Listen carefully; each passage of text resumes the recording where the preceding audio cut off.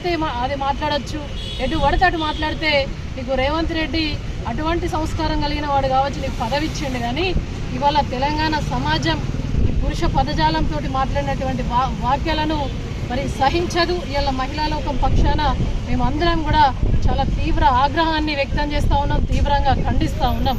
ఇక రాను మాటలతోటి కాకుండా మరి నిజంగా కూడా ఒక కోపంతో మాట్లాడుతూ ఉన్నాం. చెప్పు దెబ్బలు కూడా తప్పని పరిస్థితి, దుస్థితిని మాటలతో తీసుకొచ్చుకుంటావు. ఇవాళ అందరూ కూడా ఆ పరిస్థితి మరి ఇవాళ అంటున్నారు, మా ఆడబిడ్డలు మాట్లాడితే అటువంటివన్నీ ప్రజాస్వామ్యంలో ఉండనిచ్చుడే తప్పు. మరి ఇవాళ రేవంత్ రెడ్డి గారు ఇటువంటి మాటలకు, ఇటువంటి చేష్టలకు తావునివ్వద్దు అని చెప్పేసి మరి రేవంత్ రెడ్డి గారి ప్రభుత్వం వెంటనే కూడా మరి చర్యలు తీసుకోవాలి, కఠినమైన చర్యలు తీసుకోవాలి. ఈ చింతపండు నవీన్ను చర్యలు గిట్ట తీసుకోకపోయినట్లయితే మరి 24 గంటలైతుంది మాట్లాడి, కనీసం ఇప్పటి వరకు చర్యలు తీసుకోలేదు. అదే మా కేటీఆర్ గారు మాట్లాడితే ఏదో మన తెలంగాణ భవన్లో మాట్లాడితే సుమోటోగా తీసుకున్నారు మహిళా కమిషన్ గారు. మరి ఇవాళ ఏమైంది? ఒక ఆడబిడ్డనంటే మహిళా కమిషన్కు కళ్ళు లేవా అని చెప్పేసి మేము అడుగుతా ఉన్నాం. మరి ఇప్పుడు ఏమైంది? ఎక్కడ పోయింది? మహిళలు ఆడబిడ్డ కనిపిస్తలేదు. ఒక ఆడబిడ్డను తిడితే తిట్టినట్టు కాదా? మరి మహిళా కమిషన్ ఎందుకు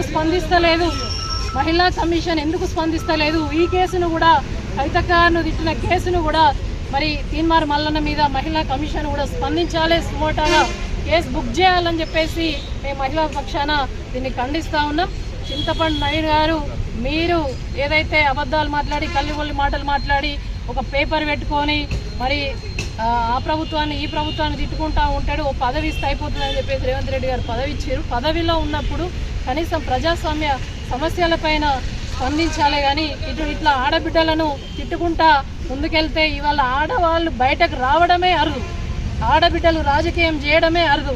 ఇలా రాజకీయం చేయడానికి వచ్చిండ్రు అని అంటే ఇటువంటి చిల్లర మల్లర మాటలు మాట్లాడే ఇటువంటి చిల్లర వాళ్ళు ఉంటే మరి ఆడబిడ్డలు కూడా బయటకు రావాలంటే చాలా భయపడతారు. కాబట్టి దయచేసి ఎమ్మెల్సీ తీన్మార్ మల్లన్న గారిని మేము చెప్తా ఉన్నాం, నువ్వు నిజంగానే ముక్కు నేలకు రాసి కవితక్క గారికి, ఎమ్మెల్సీ కల్వకుంట్ల కవితక్క గారికి వెంటనే క్షమాపణ చెప్పాలని చెప్పేసి డిమాండ్ చేస్తూ ఉన్నాం.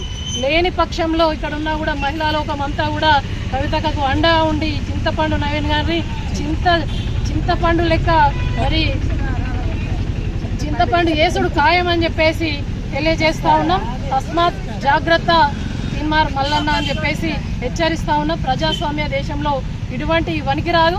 ఆడబిడ్డలను గౌరవించే సంస్కృతి నేర్చుకోవాలి. నీ ఇంట్లో తల్లి ఉంటుంది, చెల్లి ఉంటుంది, ఆడవాళ్ళు ఉంటారు, వాళ్ళను గౌరవిస్తూ బయట వాళ్ళకు కూడా గౌరవించే సంస్కృతి మనది.